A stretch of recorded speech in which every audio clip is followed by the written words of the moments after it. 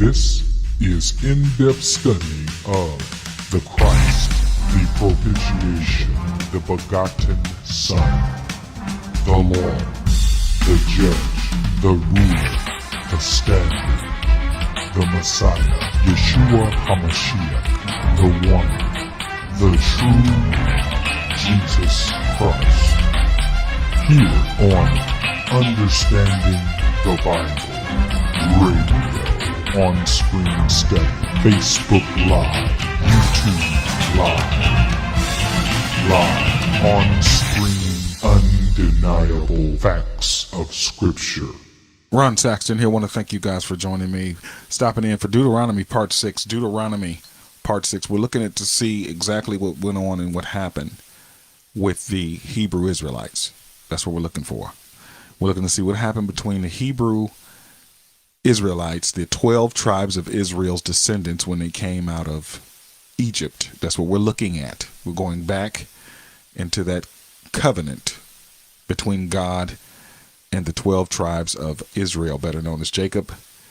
We're going back and taking a look at it right now. Been through the other part of 5 chapters. You got to go back and check them out. They're on the study. They're on the Understanding the Bible Radio here at YouTube and Facebook. Check them out. Check them out. We're going through it, taking a look at it. If you see something, you understand, you want to say something, post it up. I'm looking at the boards on the YouTube and on the Facebook. Hopefully that their platforms are registering your comments in a timely manner. Mike Jones stopped by. Good to see you. Good to see you, Mike. We're going in. We're taking a look at what happened with the Deuteronomy. So we're going through chapter by chapter.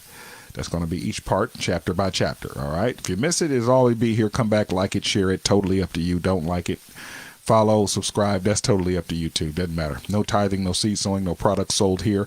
God does not need your money. Man does. So that's what's up with that. So there we go. So we're going in. Let's take a look. We're going to our blueletterbible.org. They are working. Good deal.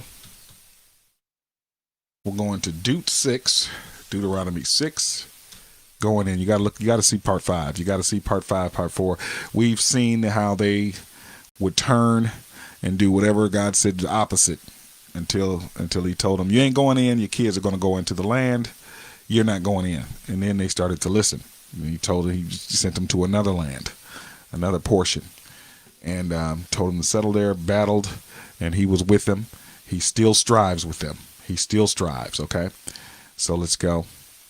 Now these are the commandments, the statutes, and the judgments, which the Lord your God commanded to teach you, that you might do them in the land whither ye go to possess it, that thou mightest fear the Lord God, to keep all his statutes and his commandments. He's speaking to the 12 tribes of Israel here, the sons of Jacob, okay, which I commanded thee, thou and thy son and thy son's son, all the days of thy life, and that thy days may be prolonged.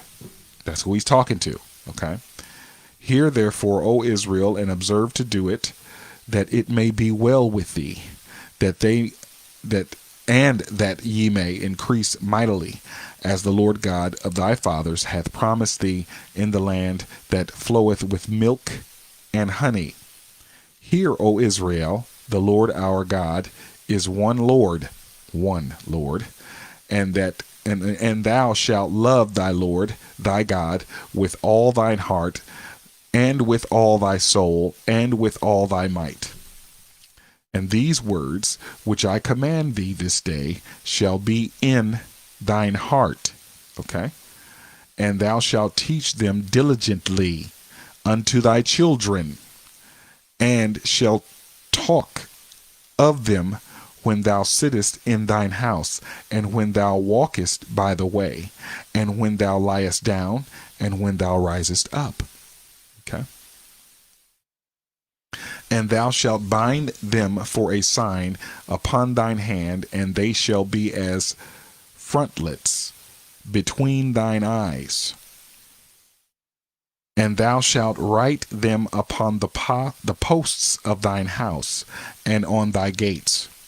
And it shall be, when the Lord thy God shall have brought thee into the land which he sware unto thy fathers, to Abraham, to Isaac, and Jacob, to give thee great and goodly cities which thou buildest not, and houses full of all good things, which thou fillest, and not wells digged, which thou diggest not, vineyards and olive trees, which thou plantest not, when thou shalt have eaten and be full.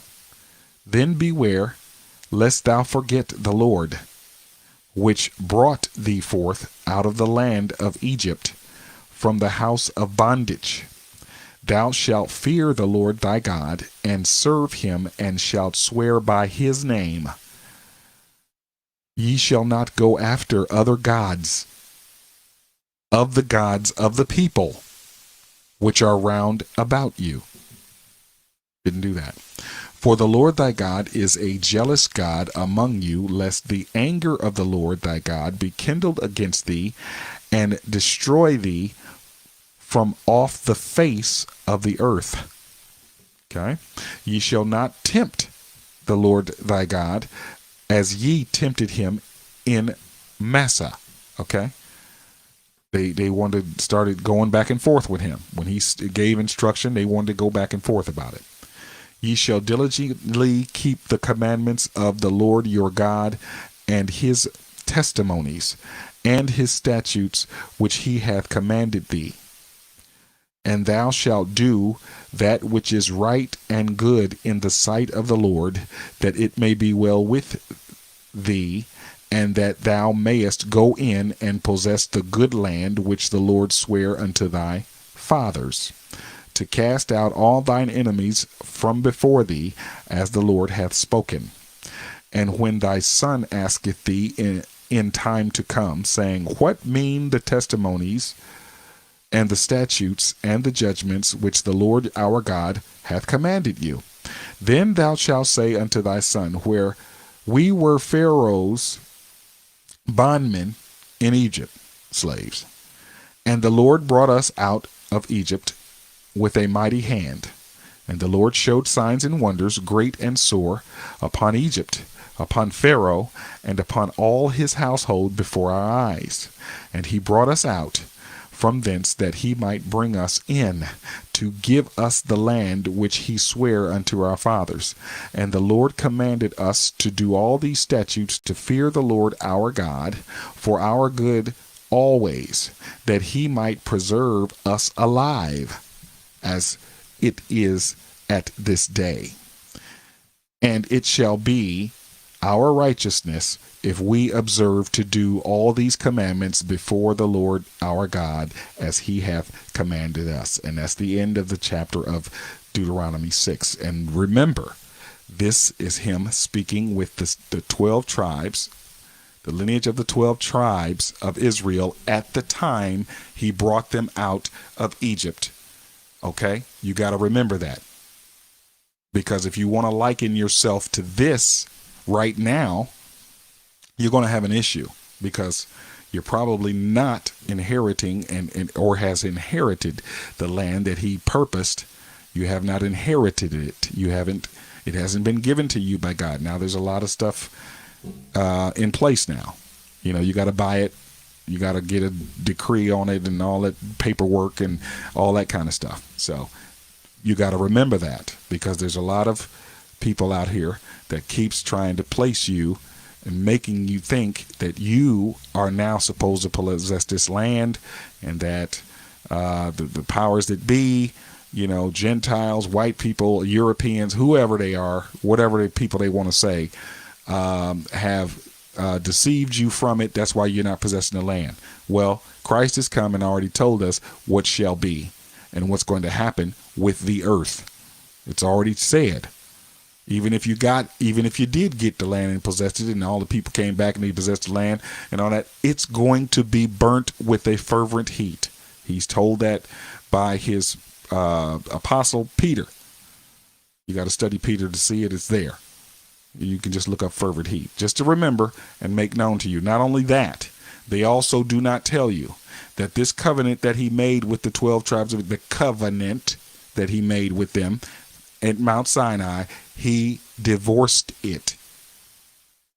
He still wanted them to return to him, though, and listen to his voice and whatever he was going to tell them to do.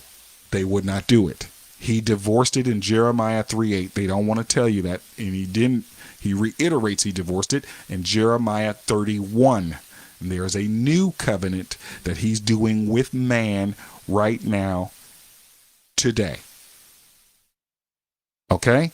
That's what it says, Jeremiah 31. He tells it. Then he starts to tell his other prophets after Jeremiah also about giving you a new spirit. Jesus even comes and talks about it. Yeshua, Hamashiach, for them that want to speak in Hebrew. That's who I'm talking about. Okay? He says that. So you've got to understand that. We're just reviewing what happened here. Helena is here. Helena, what do you have for Deuteronomy 6? You're on mute. Okay, can you hear me? Yes.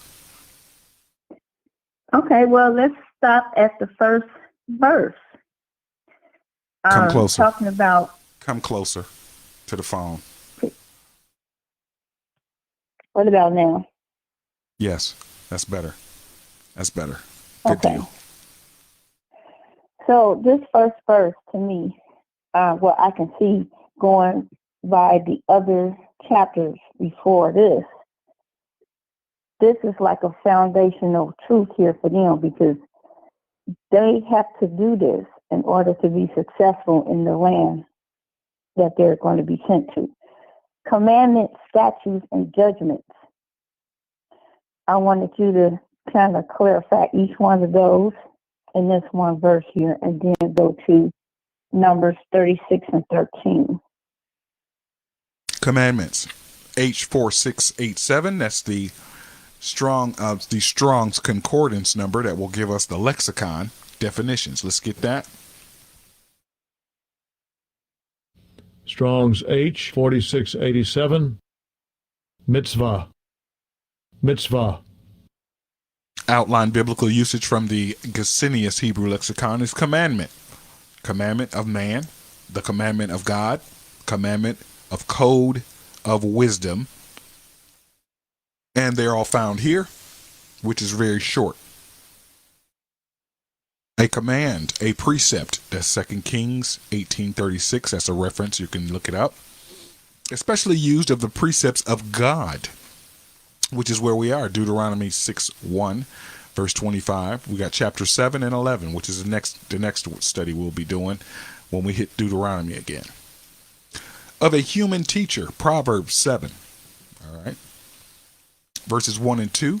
The idea of prohibition is found in Levi. Wow. Leviticus 4:13. Plenty of Hebrew there. Any of the commandments of Jehovah, which ought not to be done. Okay? Things prohibited by his precepts. Do not do this. Do not do that. Do not do, which we're going to run into here in Deuteronomy also. All right. What was due to the Levites? Okay. The Levites. Nehemiah 13:5. And there you go. That's the definition there for commandments. Now, judgments. H941. Here's the Hebrew for judgments. Strong's H4941. Mishpat. Mishpat. And let's get to our outline biblical usage from the lexicon. Judgment, justice, ordinance, act of deciding a case, place, court, seat of judgment, process, procedure, litigation before judges. Case, cause, presented for judgment, sentence, decision of judgment, execution of judgment, time of judgment, justice, right, rectitude, attributes of God or man, ordinance, decision in law, right, privilege, due, that's legal, proper, fitting, measure, fitness, custom, manner, plan. So the judgments, I'm sure what he's talking about is how Moses and the priests had to judge situations and issues among the people. Laws are made up by statutes. Statutes are then made up by ordinances in laws. That's how laws are created. They come up with an ordinance, then they have a statute to that ordinance, then they have the final law, the finishing, starting out from ordinance. Okay? Judgment, use of the act of judging. Okay, Leviticus 19:15. Do no righteousness in judgment. Okay, that kind of thing there. Let's see. For the judgment is God's. He's the final one. We know that. He who sitteth in judgment. Okay. Ezra 21. Until he shall come whose the judgment is. Until he shall come whose the judgment is. Of the place of judgment. Okay. Court. All right. To bring anyone into judgment. You got Job 9. 32, 22, 4, and Psalms 43, 2. Compare Job 14, 3, Ecclesiastes 11, 9. A forensic cause, looking deeper. Numbers 27, 5. To set forth a cause, Job 13. All right. To plead anyone's cause, to be his patron. All right. You got that. To contend with anyone, my adversary. All right. Who is he who has a cause with me. All right. The sentence of a judge, judgments of the Lord, especially used of a sentence by which penalty is inflicted. All right. Judgment. All right. Sentence of death.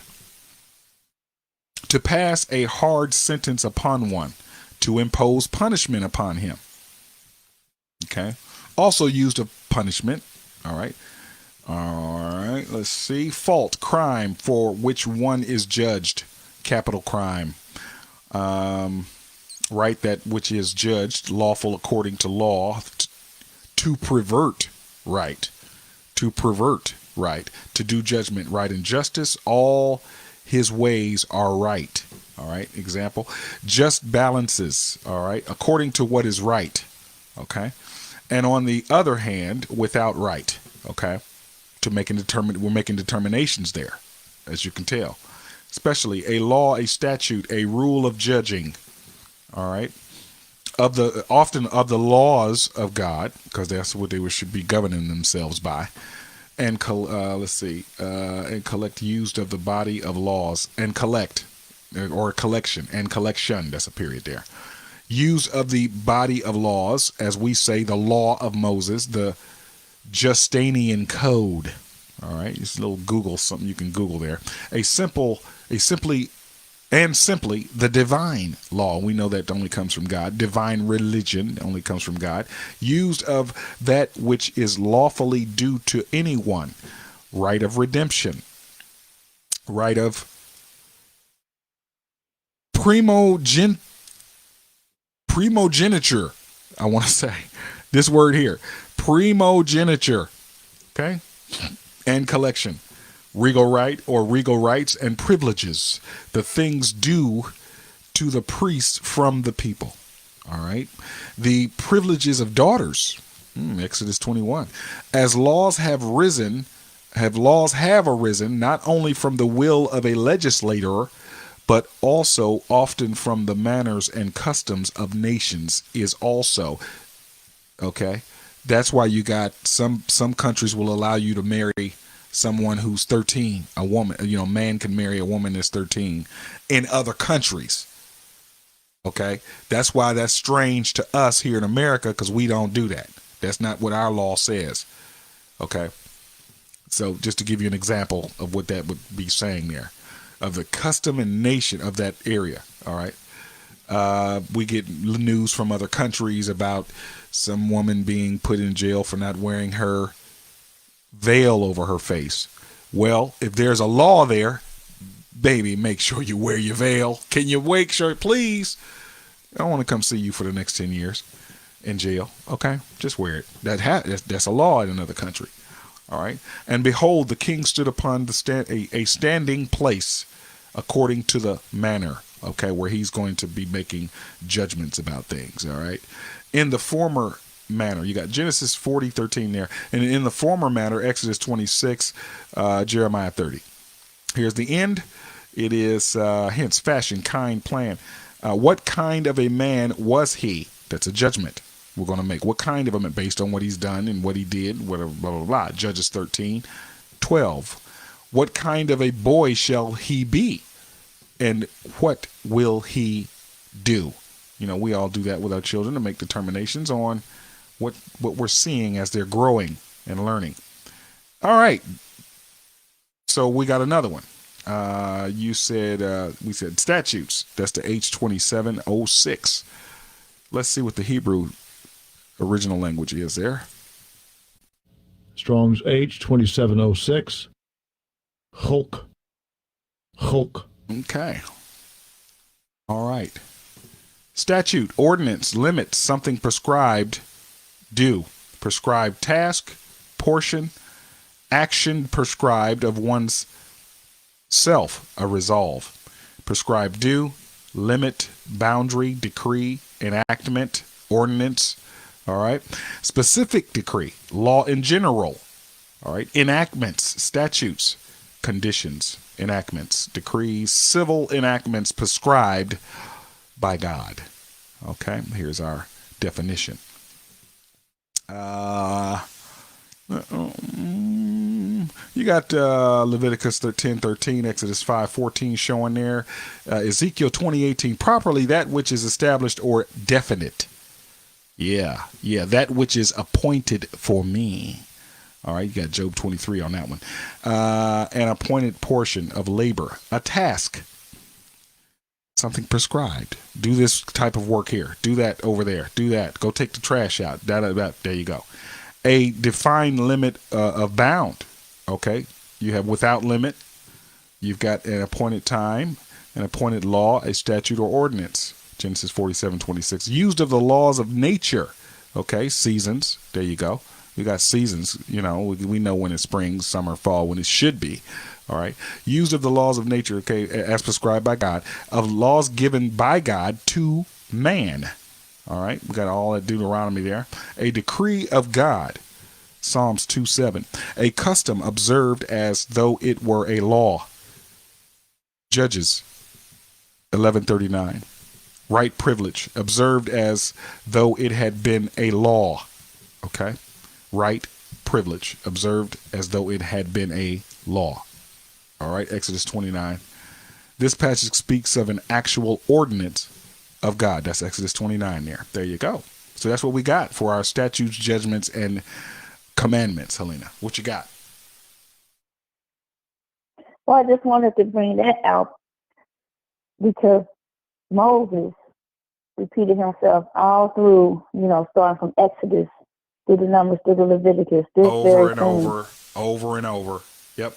Over and over. And I just wanted, to get the difference between that, because it's like saying this is God's conditions, his task for you, Hebrews, to go into this land and possess it, to be successful.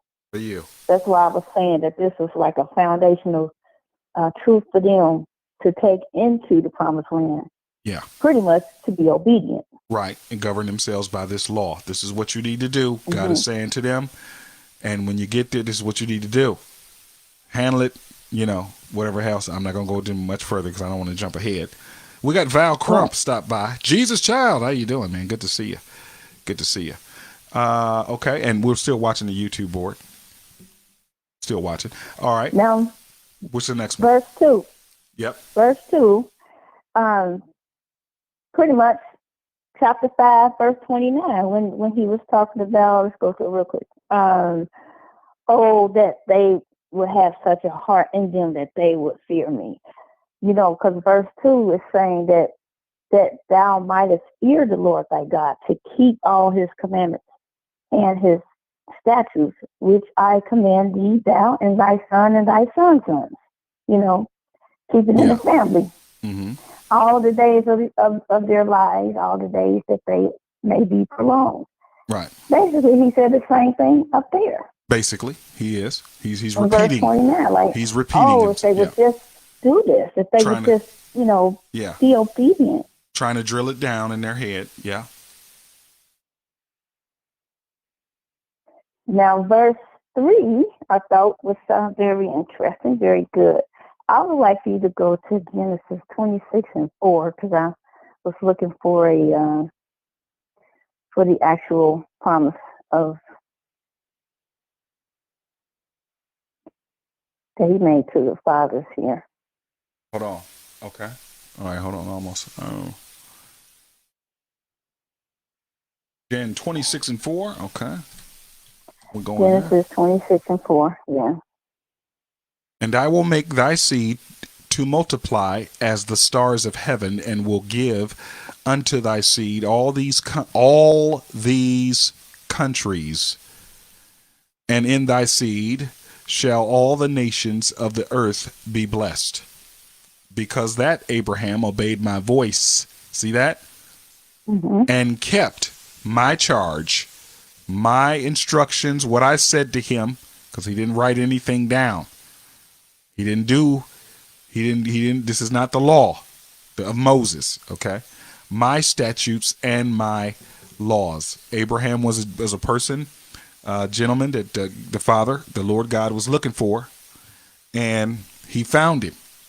And at the time when he found Abraham, Abraham had many idols. He had many, because this is what his family was into, and whatever have you. And so he talked and walked with him and taught him and discussed things with him and gave him instructions as he came along in his learning of what the Father wanted to teach him.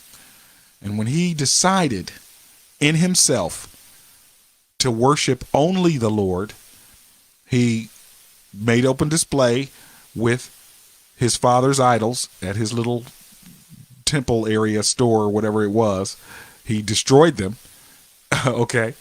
And because they used to say this God does that, and it's made of wood and stone or whatever. It just sits there, like we do with our little statues and our little, trinkets and paperweights and whatever that we have, our crosses on the wall or whatever we have, fish symbols on the bumper stickers, Jesus in the middle, and that little stuff there.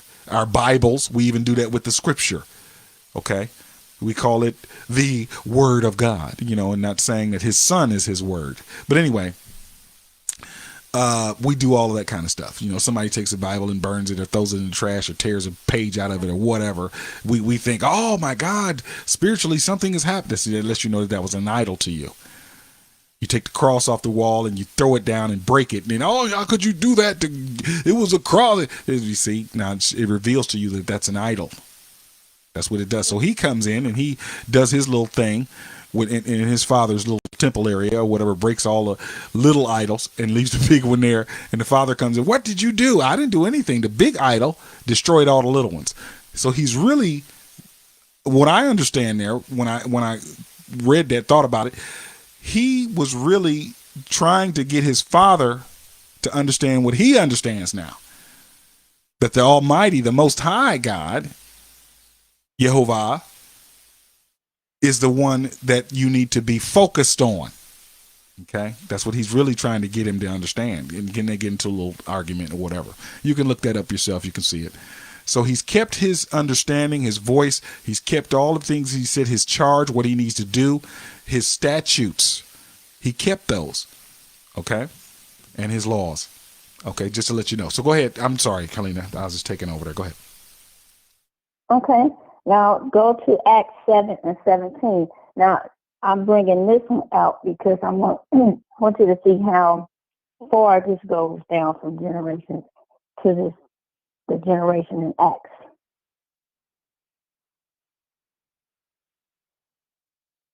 But when the time of the promise drew nigh, which God had sworn to Abraham, the people grew and multiplied in Egypt, till another king arose, which knew not Joseph. The same dealt subtly with our kindred, and evil entreated our fathers. so that they cast out their young children to the end that they may not live, in which time Moses was born and was exceeding fair and nourished and nourished up in his father's house 3 months. And when he was cast out, Pharaoh's daughter took him and nourished him for her own son. And Moses was learned in all the wisdom of the Egyptians and was mighty in the words and in deeds. And when he was full 40 years old, it came into his heart to visit his brethren, the children of Israel, and seeing one of them suffer wrong, he defended and avenged him that was oppressed, and smote the Egyptian, for he supposed his brethren would have understood how that God by his hand would deliver them, but they understood not. And the next day he showed himself unto them as they strove, and would have set them at one again, saying, Sirs, ye are brethren, why do ye wrong to one another? Go ahead. What do you want to say? Stephen got killed for that. Stephen, remember in Acts, in the previous chapter, Stephen was stoned to death for bringing all of that up. Right. So that's just my point for even going to Genesis, so you can see the promise that he actually made to Abraham, throughout, the earth. He's there, now remember, and then even right. in Acts, this, I'm trying to see if that's before or after the Holy Spirit, but even there in Acts. It's after. It's after. Okay, because Stephen, they killed him for even bringing this up too. Now, he was talking to the Hebrews. He was talking to the Hebrew Pharisees, the religious Pharisees. Right. Yep.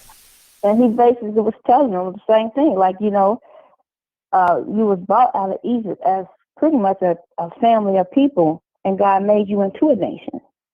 He brought them out as a nation. They were so many people that they was a nation when they came out. Right. Because he told Abraham, I'm going to multiply. Right. I'm going to make them grow. And when the evil Pharaoh put that oppression on them, they just went back when they got home. Baby, come here. Let me give you some of this seed. And they began to multiply. You begin to oppress people. They looking for some reason to, okay, we're going to multiply. And that's what they did. And then he said was it Genesis or Exodus? He says, well, the Pharaoh saw that they kept growing and growing and growing, the more he oppressed them. And so he really became afraid of them, because he said there's so many of them, they outnumber us, so they could take us over. So then he came up with a plan. I'm going to kill all of the newborns. I'm going to stop this growth, this multiplication. I'm going to kill them. And that's how Moses got cast into the Nile River. The mother put him in there to try to save him. And then the Egyptian's daughter sees him. Oh, he's so cute. He's so wonderful. Oh, he's kitty. So she kept him because she was barren and she couldn't have kids. I do believe. But anyway, that's just a little update on the story. So, yeah, go ahead. I'm sorry. Just wanted to tell the listeners that. So the next verse is verse 4. Let me see what that says. Hear, O Israel. Oh, yeah. The Lord our God is one Lord. My first stop come back is Jeremiah 10 through 11. Okay. Jeremiah 10 through 11. Jeremiah. Forrest. Jeremiah 10, verse 10 and 11. And it says here, let's go with silver. Let's go with 9 first. Silver spread into plates is brought from Tarshish, and gold from Euphaz. I want to say Euphaz, the work of the workmen, and of the hands of the founder. Blue and purple is their clothing. They are all the work of cunning men. But the Lord is the true God. He is the living God and an everlasting King. At his wrath the earth shall tremble, and the nations shall not be able to abide his indignation. That's going to happen. That's going to happen. Now, It's a prophet from of the there, Lord go talking. to Mark 12, 100% 29 Hebrew to there. 32. Going to And happen. this is where most people say it's part of the new covenant, but Mark is still part of the old covenant. Because it wasn't established until Christ gave up the ghost on the cross. Mm-hmm. Anyway, and Jesus answered him, the first of all the commandments is, hear, O Israel. The first of all the commandments, you see that? The instruction from the Lord is, hear, O Israel, the Lord our God is one Lord. And thou shalt love the Lord thy God with all thine heart, and with all thy soul, and with all thy mind, and with all thy strength. This is the first commandment. Mm-hmm. And the second is like, namely this, thou shalt love thy neighbor as thyself. There is none other commandment greater than these. So these are equal. All these three, actually, is three of them there, if you think about it. Because the first one is, hear, O Israel, the Lord our God is one Lord. Now remember, in the Gospels, Matthew, Mark, Luke, and John, he's speaking to Hebrews, Israelite people at the time. He does have some dealings with Gentiles at the time.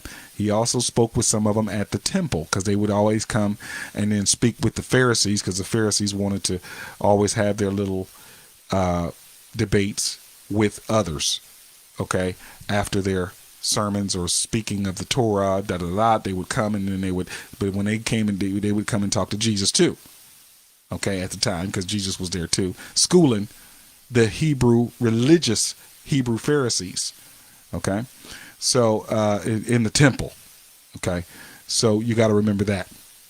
So there really are three here. They're supposed to hear him. That's the first thing, and that's what he always wanted, was you to hear his voice. That's what he always wanted. And then he gives you the other two, love thy God, and then love your neighbor as yourself. What you got? Well, yeah, and two, with this here, this particular verse, I'm seeing how, like, the evidence of them actually being obedient will make them but it'll make them be able to do that first commandment, which we know that they really cannot. But even by their obedience, because it's like he's saying, "I'm one God," okay, and he's giving them all these commandments and statutes to do. He's letting them know there is no other God but me. Right. But yet you see through all these other nations, all these false idols, they're building them. They have no life in them, but they're worshiping them. They're foolish, Yeah, they don't but have you life. know better than that. Right. You know better. You know I'm the living God. Yeah. But yet and still, Yet and still, you worship you, yourself, your image, it whoever. I wanted to point this out because it gives you an idea of the condition of the heart. Mm-hmm. Yeah, the carnal heart. And when he talks about man's heart in the Bible, it's always bad. He never says anything good about man's heart. Never. I wish somebody could show it to me, because I can't find it. But anyway, go ahead. Now, verse 6, actually, that's why I wanted you to look up the word heart. It's in the next verse. And these words which I command thee this day shall be in thine heart. Heart. Okay, that's the Hebrew. He's commanding them that day of when this promise was happening, when he brought them out as a nation, his words would be in their heart. I wanted to see in what Hebrew, the Hebrew what heart is. To them. Okay, here it comes. Psalms H38:24. Levav. Levav. Okay. All right. It says inner man, mind, will, heart, soul, understanding. Inner part, midst of things of man, the heart of man. Clearly it says it there, heart of man. Soul, heart of man. Mind, knowledge, thinking, reflection, memory. Inclination, resolution, determination of will. Conscience, your conscience. Heart, of moral character. Seat of appetites, it's the seat of your appetites, the very core, all right? Emotions and passions, and also of courage. Okay, that's the outline from the Gesenius Hebrew Chaldee. You can order it today, get it today. And here's the full definition, just to let you know. You guys can study that out, take a look at it on your own time. But, we the outline really says it all. It really says it all. Now, see, my point for bringing that out is just so you can see. Look at this. Yeah, I'm sorry. Mm-hmm. There's a definition in here. It says uncircumcised. We're talking about the heart now. It's like a stone, uncircumcised. It says to the stubborn and inflexible. What did he say about the majority of the 12 tribes is along this journey out of Egypt?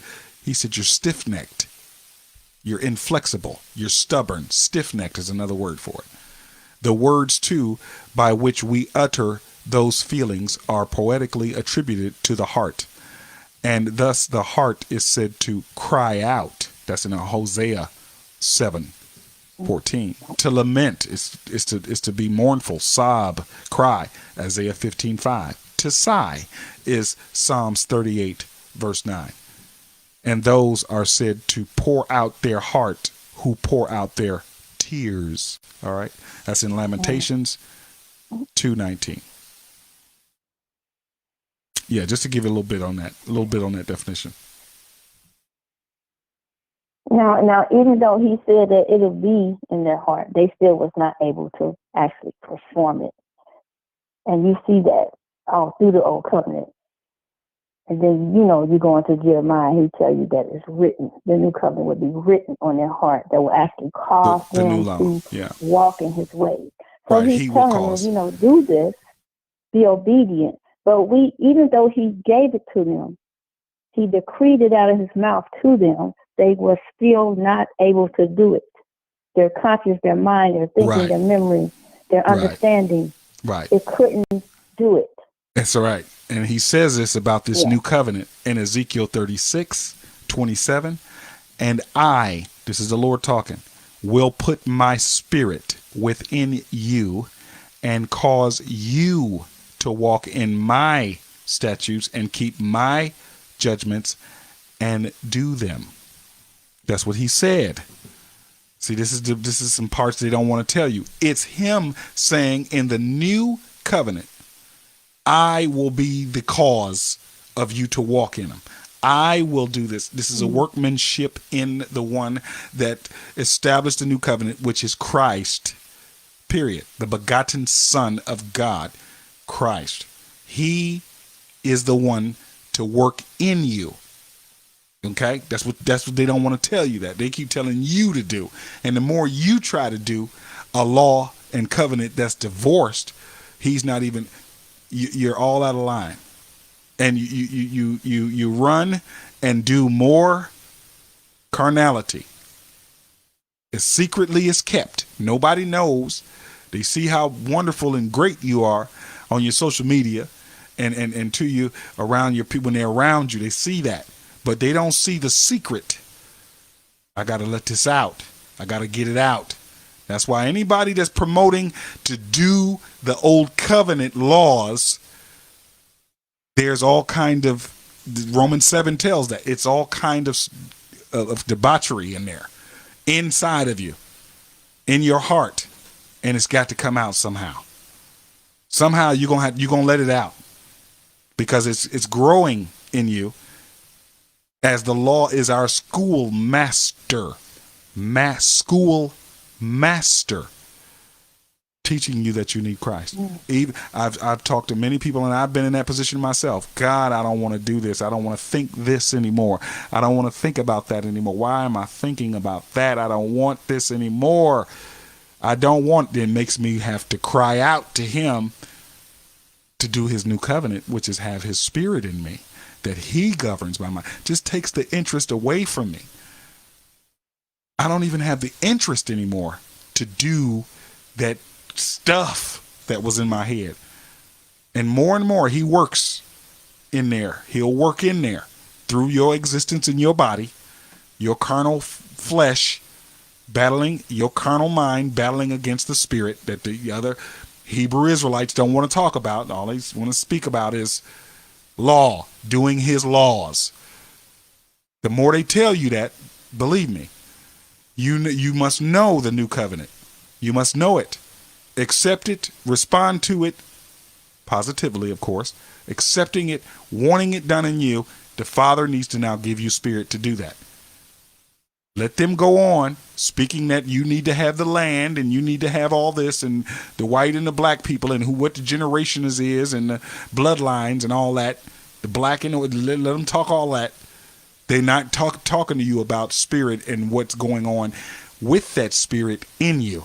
Because first of all, which I'm going to do at 8 o'clock tonight, 8 o'clock, I didn't put it up, but I'm going to do it, is about that new covenant and how it's being done. It's showing you right there. He told them by the prophets, Ezekiel, right there, I am going to be the one to place it within you and cause you to walk, to make you more morally acceptable to me. I'm going to work that in you. They don't want to tell you that. Okay, go ahead, Helena. What's your next one? Did I throw you off there? Okay. The next one. Bring that mic back. Verse 7. Can you hear me? Yep, I can hear you. Verse 7. Verse 7. Now, this one, last week we talked about how this one was like one of the commandments they have promised to it. So we talked about this, but I wanted you to actually look up the word diligently. Diligently. This is important. Yeah. Diligently. This even helps us today. Chuck Diesel, stop by. Here's diligently in the original language. Strong's H8150. Shanan. Shanan. To sharpen. Whet. W-H-E-T. To W-H-E-T. Whet. Sharpen. To sharpen. Teach. Teach. Incisively. What does that mean? Let's take a look. Let's go to our Webster's 1828 and see what incisively means. This is live study.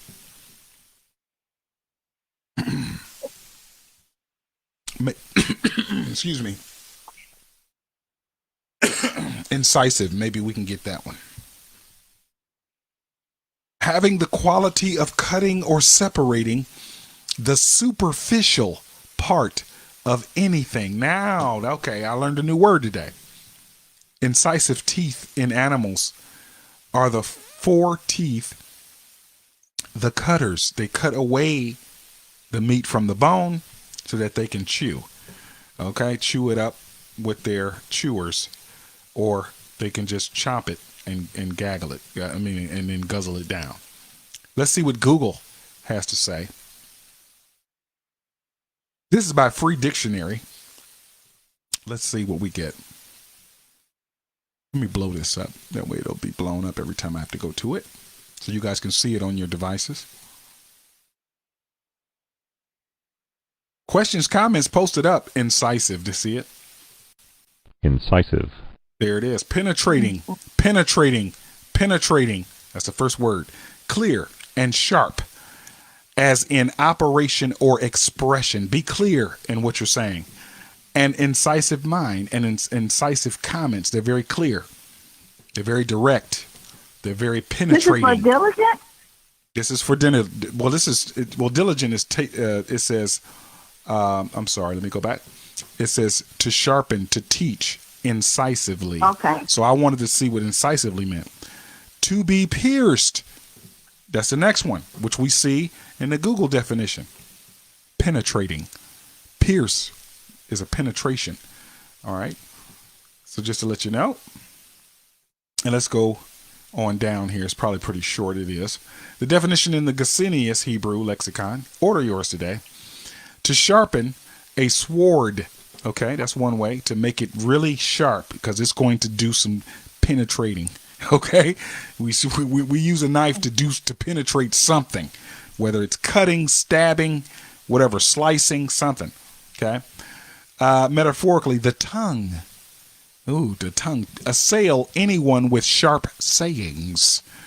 You know how we like to cut people with our, like we say, I cut you with my tongue.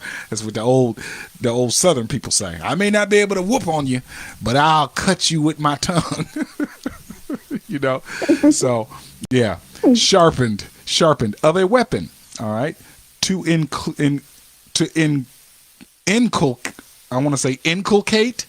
Wow, anything on anyone, followed by, I want to say, according of persons, maybe, and dative of thing, to be wounded, as if pierced through with grief.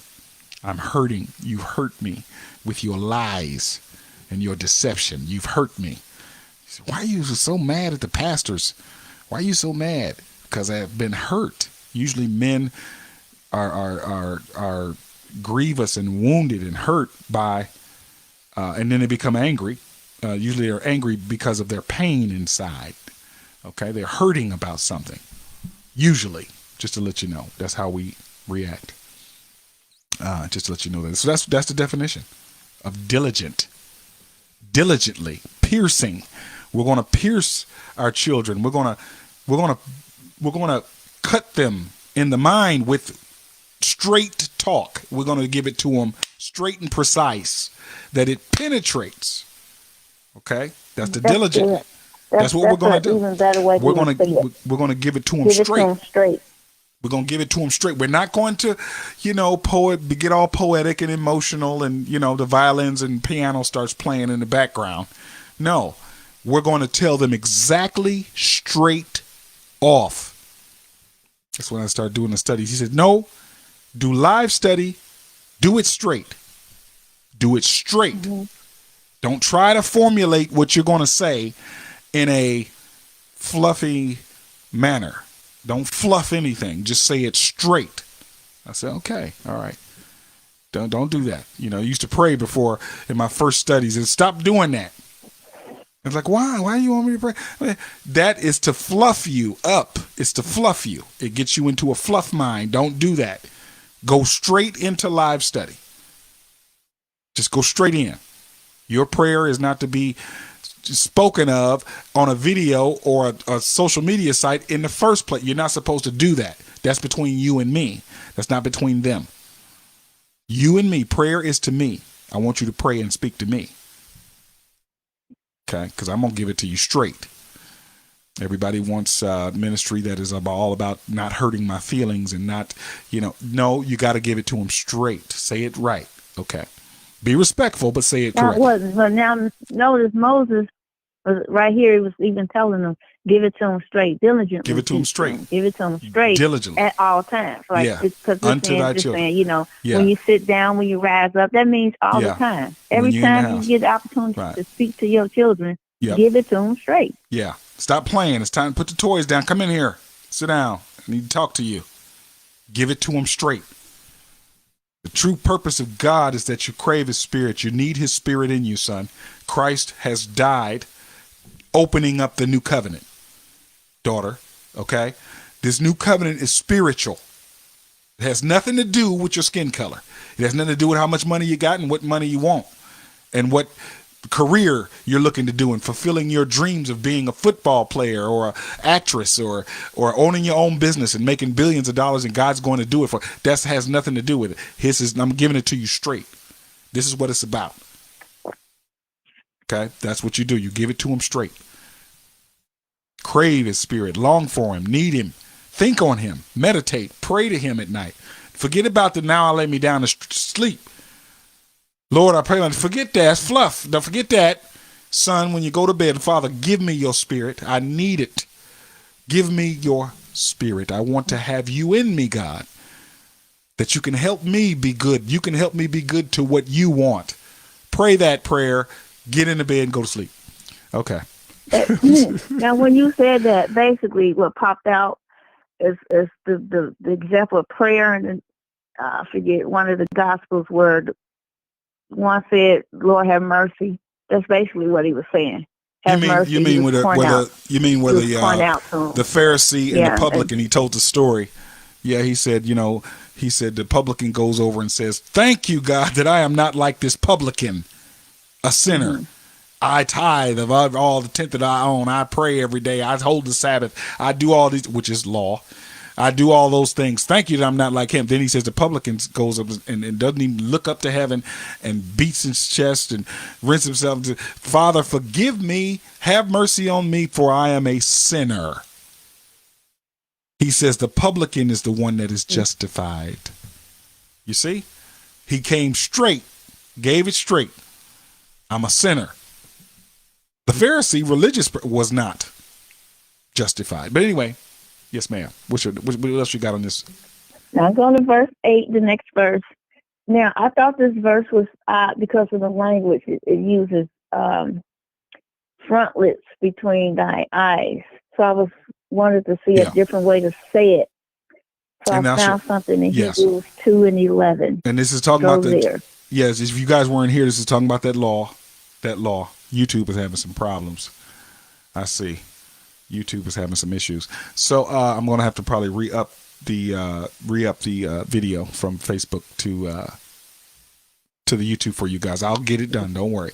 He said, "And thou shalt bind them for a sign upon thine hand." This is the law he's talking about that he gave Moses to give to them, the 12 tribes of Israel. Okay.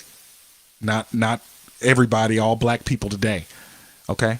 "And they shall be as frontlets between thine eyes." That's the H2903. Oh, I didn't mean to click it on that one, but let's go back. Let's go anyway. Strong's H2903. Frontlets. Totafoth. Original Hebrew there. Okay. Let's go down. Outline biblical usage from the Gesenius lexicon is bands. Okay, here we go. Phylacteries. I want to say phylacteries. Okay, Wow. Frontlets, marks. We got to do some study. That's okay. We got to do some study. We ain't got time to be, being lazy in this. Let's get it. Let's see if we can see phylacteries in the Webster's 1828. And no, we can't. Let's see if we can see it in the Google here. Phylacteries is what it says in an English word here. Don't crash, don't do. Okay, thank God it didn't crash. All right. Here it is. Phylactery. A small leather box containing Hebrew texts on vellum, worn by Jewish men at morning prayer as a reminder to keep the law. And there's a picture of them right there on the screen. I get it. Them little, I've seen those on the Hebrew, in the Hebrew community where I am. I've seen them. Those guys wear those. Yep, little black boxes they have with laces with a strap on it. Okay, so that's what that is. All right, and here's the full entry here in the Gesenius lexicon. Fillets, especially those worn by Jews at prayers. There you go. Scrolls of parchment with sentences written on them out of the law of Moses. Okay. Now he's directing them. We're looking at that right now in Deuteronomy, which the Jews have been accustomed to wear at prayers, bound to the forehead and the left wrists. Okay. It requires proof that the Jewish phylacteries are here intended by these fillets or bandages. A bracelet, a frontlet, that's what he's talking about. On your forehead, between thine eyes, that's what he's talking about. This word is for phylacteries, I guess, like this Hebrew terms here. There you go. All right. Root word, this Hebrew term, which see, and not this root word to which the signification of binding has been hastily attributed. Okay, so that's it for that definition entry. So we know what that is. Read Hebrews 2 verse 1, because that's another way to actually say that verse.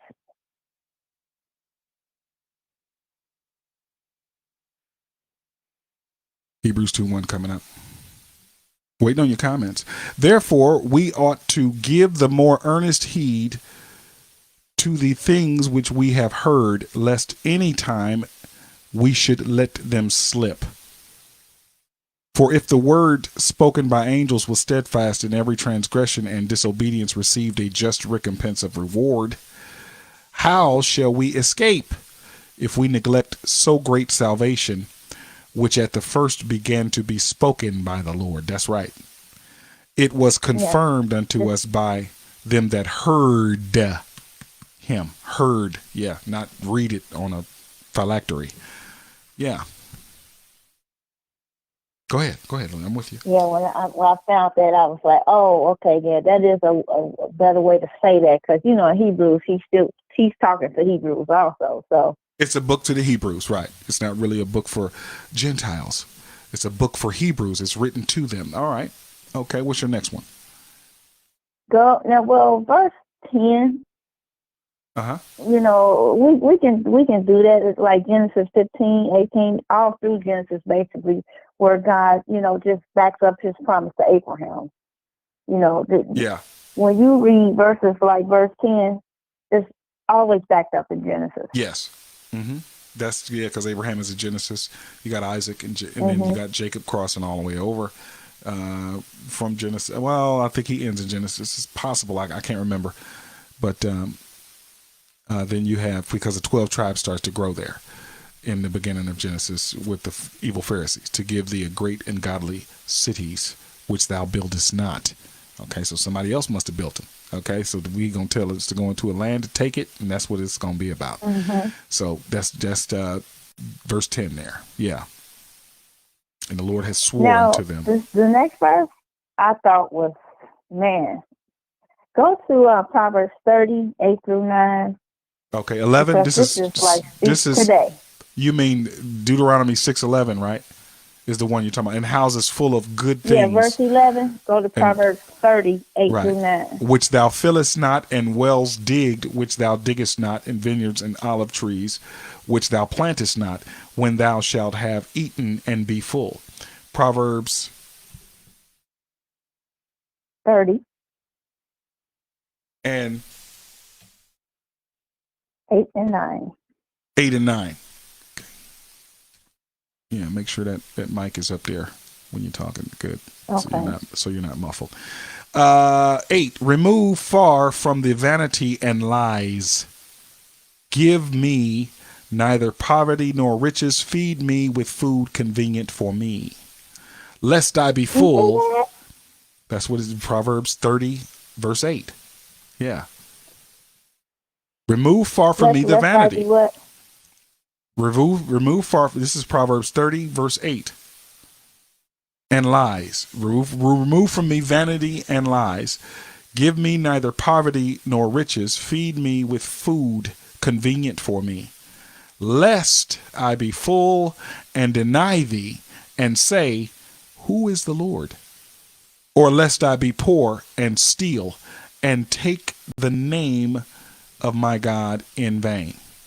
And that's what he spoke about here in Deuteronomy 6. You hear that? Gwendolyn stopped by. Yeah, I heard it. The verse, and check this out, though, Deuteronomy, the next verse, he talked about the next verse there. I think what was that? 12. Then beware lest they forget the Lord, which brought thee forth out of the land of Egypt from the house of bondage. That's right. Because see, now, there's people. I thought this was interesting because he's saying that, God, he's going to bring you into this land, and he's going to provide to you all these things that you didn't work for. Right. Okay, your enemies did all of this. Right. But all of these things, all of these material things, yeah, you know, he said, basically, I want the food that's good for me. Right. And I just saw it as all these things kind of clouded them from the purpose that God had for them in His covenant. Right. Because they were so, rich materially, they had everything. The same thing that people desire today. And when you walk by the Spirit, what is that? He's feeding us. They are daily bread. That's right. Spiritually, that's the daily that we bread. need for our souls. That's the it's real not daily about, bread. how much house and all this we have. But see, this was the very thing that they hung on back then. All these riches and glory, just what they talk about today. That's what they all want these now. Hebrew That's Israelites. what they want. That's what they want. That's what they want now. Exactly. They're talking about what's right here on earth that we should have, that we don't have, that we should get back if we would do his laws and blah, blah, blah, blah. He'll bring us back into this. It's all earthly. Vanity is what it is. It's vanity. As you notice, he started off first in that Proverbs 30 verse 8 he started off with the vanity part first. That's his vain. It's empty. But give me your food, Lord. Give me your food. Yes. So what's your next one? Healthy. They have all of that. Now, the next one is 13. Go to Luke 4 and 8. Thou shalt fear. Thou shalt fear the Lord thy God and serve him, and shalt swear by his name. You said, now, I wanted to hear another way that it was said. What's the, come on. What's the chapter and verse? Luke 4 and 8.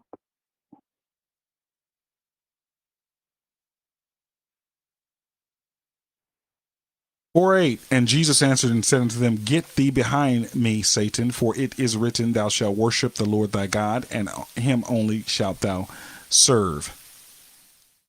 And he brought unto him Jerusalem. I thought that was very interesting. Yeah. And he said, Thou shalt fear the Lord thy God and serve him, and shalt swear by. Okay. Well, because what is Satan doing? What he does with all of us, gets us to worship the flesh, the body. And the body, Jesus is up there 40 days, 40 nights, no water, no food. You know that body is hungering. You know it. So he knows it. So what does he do? He tries to get him to act carnally. Outside of it. Now the Lord is the one, the Father is the one that led him up to there to be tempted. So he knows this. And he goes up there 40 days, 40 nights. He's waiting on the temptation to come by the only one who could tempt him, which is Lucifer. No one else could do it. No woman, no man could tempt him. So he says, okay, I'm going to bring that rogue angel that's got dominion there in the earth right now because man gave it to him. Now, as a man, you must defeat him. And here, what does he do? Hey, first I'm going to get some food. Hey, man, make these rocks bread. That sounds good when you're hungry. I can make these rocks bread. He has the power to do that and eat and fill his hunger. Then he says, well, okay, well, if you ain't going to do that, then let me take you up and show you all of the cities and stuff. Now, that's what we're talking about in Deuteronomy. He's saying, I'm going to bring you and give you these cities. I'm going to give you these cities. Have never built any of it. You didn't put any of the plant, any of the agriculture or any of the livestock. You didn't raise none of it. It's all going to be provided for you. I am going to be the one to provide it for you, is what he's saying. So Jesus, the begotten Son in human flesh, already knows this is my temptation. It's vain for me to take what this. It's a vanity. It's empty to take what this angel that's beneath me. I made him, and he's going to try to tempt me now with what is already here. And I own the universe for vanity. That's really what he's trying to trick him to do, for vain reasons. He brought him up to Jerusalem and set him at the pinnacle of the temple and said unto him, If thou be the Son of God, cast thyself down from thence. For it is written, He shall give his angels charge over thee to keep thee. That did not mean us. That meant him. See, we keep thinking that Psalm is about us, but it's not. It's about him. And in their hands they shall bear thee up, lest at any time they dash thy foot against a stone. You hurt yourself, in other words. And Jesus answering said unto him, It is said, Thou shalt not tempt the Lord thy God. And he's saying, I'm telling you that you're in subjection to me, and you are not supposed to tempt me. And no man is supposed to tempt me. Lord, if you're real, stop me from throwing myself in front of this train. That's a tempting. You're tempting God to show his power. I've heard a lot of examples like that. if you really mean it, okay, let me give you more realistic. If you're God, if you're real, stop me from throwing myself off the top of this building. There you go. Stop me. Bring your angels that they'll make sure I get down to the ground safely. I'm jumping. That you're tempting God. You're not supposed to do that. And when the devil ended all the temptation, he departed from him. Resist. Jesus made it clear. Just resist him. Resist the devil, and he will flee from thee. Resist, and he will flee. That's how you battle the devil. Remember when Jesus was talking to the Pharisees, and he was saying, you don't even know your own law.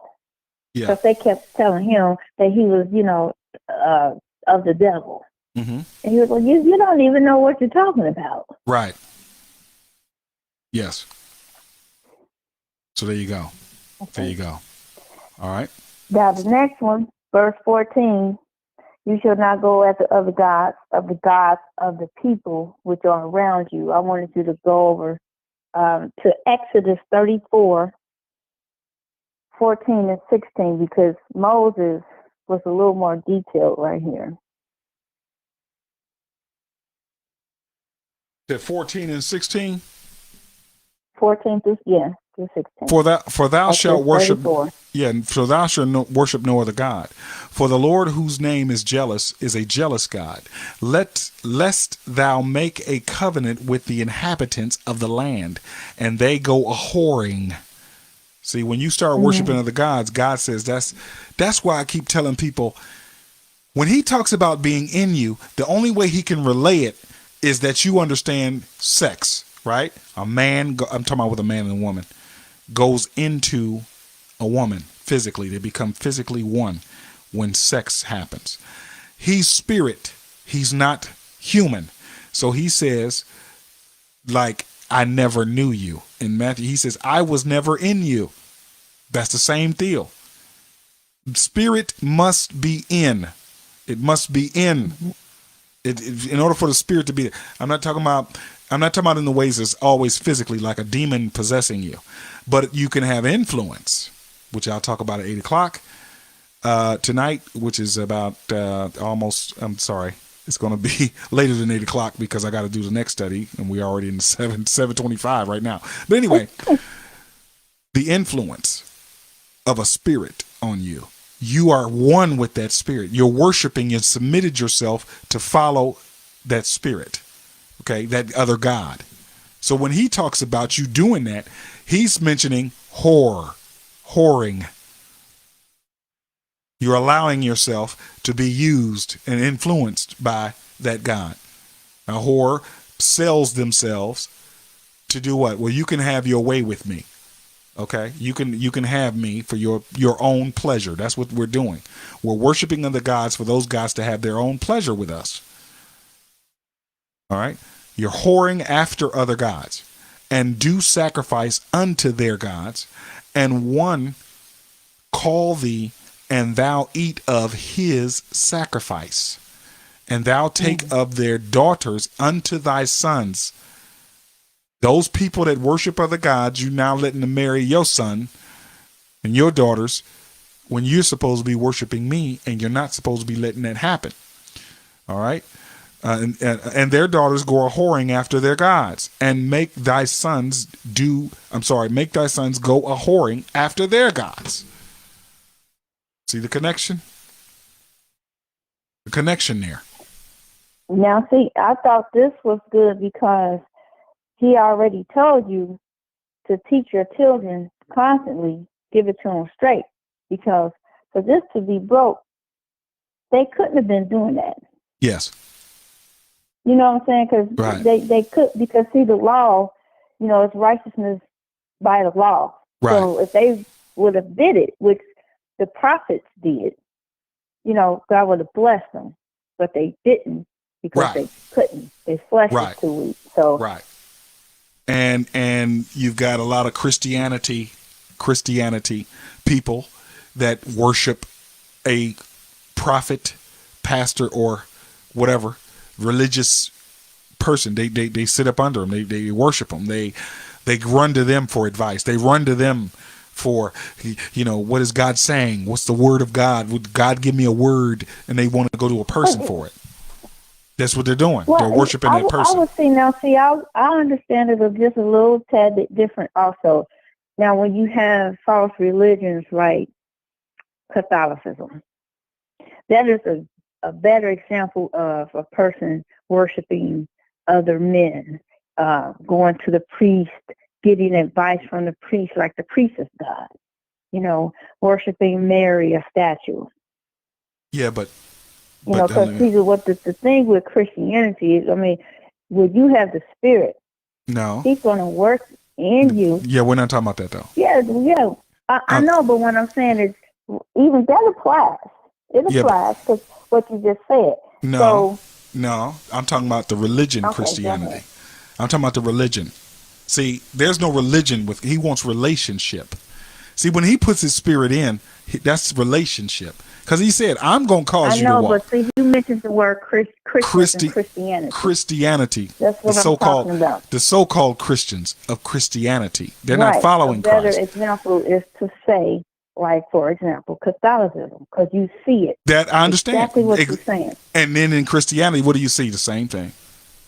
The same thing. You see the same principles in Catholicism is what's happening there. And you see the same thing in witchcraft, voodoo, black magic, Satanism, whatever. The person is respecting another person as being more spiritually divine or whatever, connected to God. So they have to go to that person. I don't call it Christianity. That's all to me. It's false religion. Right. I understand. I understand what you're saying. That's what I'm trying to say. When I was saying Christianity, religion, that's what I'm saying. That's what I'm talking about. How they run into these pastors. They, check all their videos out, buy all their products and all that. They respect that person. Next thing you know, that person is not even talking about Christ, the true purpose of the Father, of Him putting His Spirit in you. And if you don't have His Spirit, they're not even talking about that. They're talking about something else. Your situation, God making your situation better. You getting more accolades of the earth, which we just talked about. Your bloodline, black skin color, racism, what America's done to you, to what the white people have done, Rome is doing, the end of the world. Yeah, they're talking about anything else but the true purpose. You see what I'm saying? And they call it. Yes, most false religions are law bound, because you have to do this in order to be this or do that. It's just law bound. There's no grace through faith, none of that. Yeah. Or faith for this vain thing or vain whatever. And it's just ridiculous. It's ridiculous what they do, how they say. It's ridiculous. And I'm like, I'm so glad he brought me out of that. And it was him that did it. Like Abraham, and he says, I talk to you just like I talk to Abraham. I'm God the Father. Who can stop me? If I want to influence, well, you got to watch the next study. You'll see it. You'll see it. The next study coming up. We're almost done. Okay, what's your next one? What's your next one? Okay, you want me to hurry up and just go to the last two verses? No, just come on with your next one. No. Okay. Somebody might need this, man. We gotta go to verse 15. Yep. Let's see what verse. For the Lord. For the Lord. Go ahead. For the Lord thy God is a jealous God among you, lest the anger of the Lord thy God be kindled against thee, and destroy thee from the face of the earth. Go to 2 Chronicles 36 and 16, because I wanted to get a little more information on that. 36:16. 36:16. But they mocked the messengers of God and despised his words and misused his prophets until the wrath of the Lord arose against his people, till there was no remedy. Therefore he brought upon them okay, all right. I just wanted to see why he said that, because he said destroy them from off the face of the earth. Yeah, it's clear. The reason why is because he's jealous. He don't want you worshiping another God. Jealous God. He don't want you doing that. For those that he's choosing, which is the 12 at this point here in this study, it's the 12 tribes of Jacob, which is better known, renamed to Israel by God. He's telling them, this is my covenant. He's really establishing all his covenant right here, reiterating what it is. Don't do that. He tells them this stuff over and over again, over and over. He tells them throughout his communication with them. over and over. Don't do this. Then this is why you don't do this. Because I'm jealous and I'm angry about it. You supposed to be my people and you're running off to something else. And, you know, if you keep, I'm just going to have to take you off the face of the earth. Just have to get rid of you. Start over. Do something else with another people that are not my people, which we're going to find out in Deuteronomy, which he's going to say in this book. Yeah. Yes. So. Now, verse 16, do not, as you tempted me in Massa, go to Hebrews 3, 8, and 9, because I was trying to get a little more detail about this tempting him. I think we went here already, didn't we? Yeah, no, we didn't. Harden not your hearts, as in the provocation, in the day of temptation in the wilderness. Okay, that's what he was talking about back then. When your father, see, there it is. When your fathers tempted me, proved me, and saw my works 40 years. That was the 12 tribes. That was the 12 tribes. Yeah. Yep. But we know what they did. All of this growing up. So, right. Yeah. We know what they did. Right. You know the stories, Hebrews. You know the stories. Let's not take one part of the story and forget the other part. That's what he's saying. Don't forget this. You know, remember this. Okay? So that's what he's saying. Basically. Okay, now the next verse is 18. See, thou shalt do that which is right and good in the sight of the Lord. Okay, Go to Hosea 14 and 9, because I wanted to see this through the prophet, one of the prophets. See how this goes on. Hosea 14 and 9. Got it. Verse 18. Who is wise? No, there's no verse 18. It's only 9 verses in Hosea 14. We'll go to Romans 2 and 12.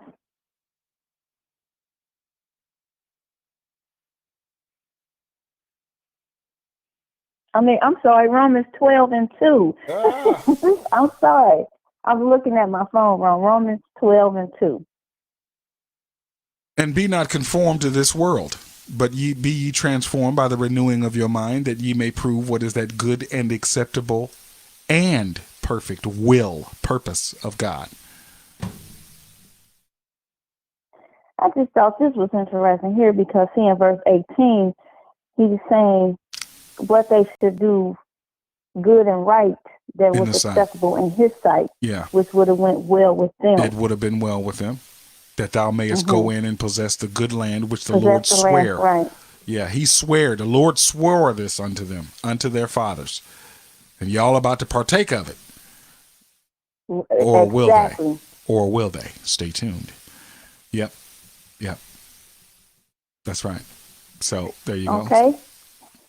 I'll speed it up a little bit. The last two verses 24 and 25. Okay. And the Lord commanded us, do all these statutes to fear the Lord our God for our good always, okay? That he might preserve us alive as it is at his day. And it shall be our righteousness if we observe to do all these commandments before the Lord our God as he hath commanded us. Now go to Romans 10 and read 3 through 5.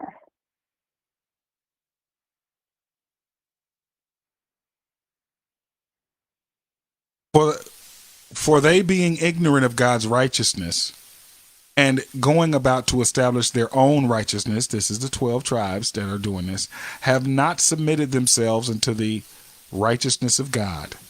For Christ is the end of the law for righteousness to everyone that believeth. For Moses describeth the righteousness which is of the law, that the man which doeth those things shall live by them. But the righteousness which is of faith speaketh on this wise, say not in thine heart, who shall ascend into heaven? That is to bring Christ down from above. Or who shall descend into the deep?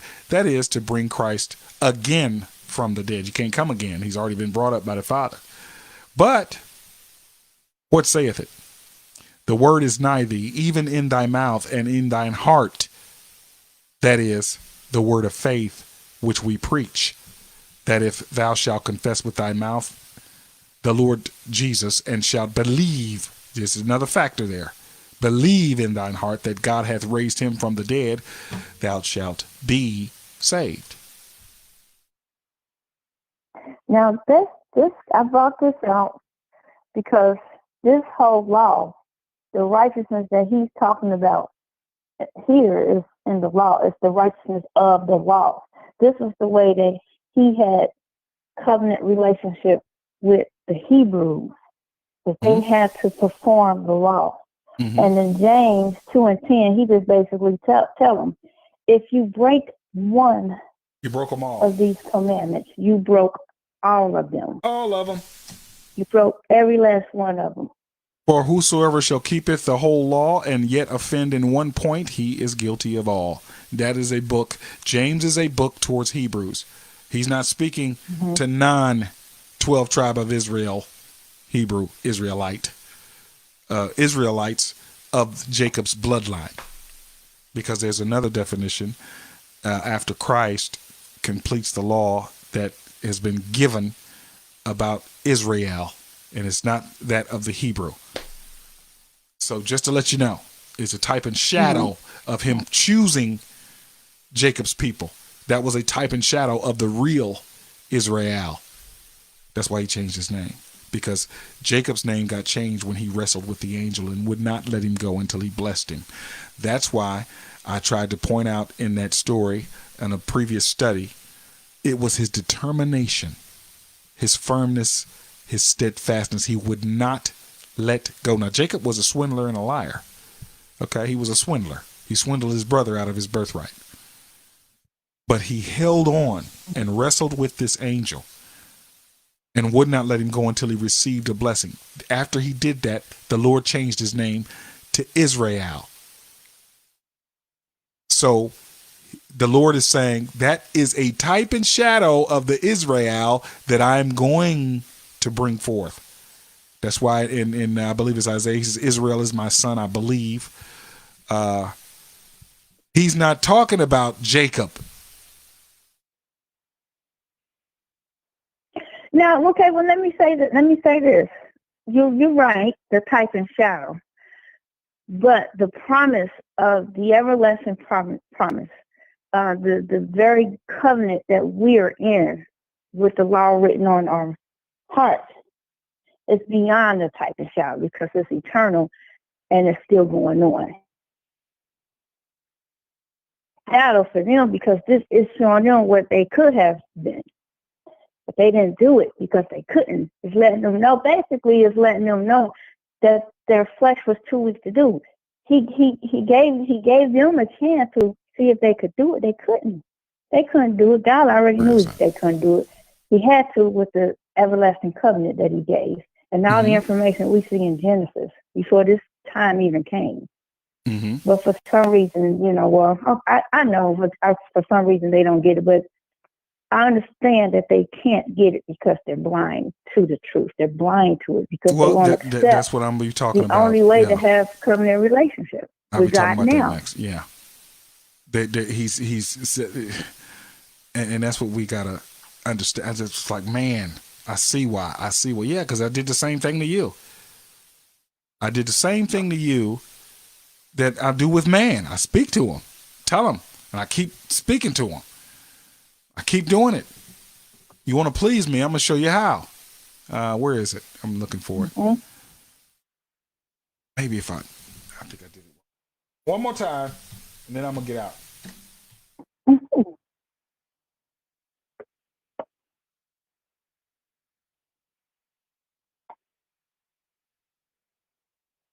Okay, that's here's Exodus 4:22, and thou shalt say unto Pharaoh, thus saith the Lord, Israel is my son, even my firstborn. Who is he talking about? Jacob? No, he's not. Okay, you'll see it again. Let's see. One moment. Let's see. Where is it? I can't find it. That's it.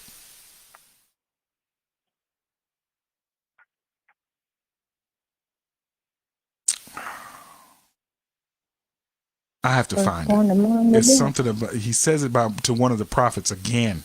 Israel is my son, or Israel my son. But he's not talking about Jacob. Mm-hmm. He's not. And now we're made sons by way of him, the begotten son. Right now, you're made sons of God. He gave power to be the sons of God. No other man did that. No other man did that. I had to find it. But anyway. Yep, there you go. Well, I mean, it's also true that he is the firstborn among the dead. He is. He's the firstborn. Yeah, and the Father's purpose is that he be firstborn among us, many brethren. Romans 8, 28 and 29. Romans 8, 28 and 29, that we would be conformed to him. So I'm coming back with the pleasing God, pleasure of God study to add on. Piggybacking off of the first one I've done on the YouTube, and the Facebook, some time ago, I think it was like years ago or something like that. Coming back with it, and you want to stick around for it. If not, come back later. It'll be here. Check it out when you get a chance. Peace. Please allow us to extend our deepest thanks, our humblest appreciation, our greatest gratitude for your fellowship here with us, sharing the letter of the gospel, the ancient definitions of Scripture. This is Understanding the Bible.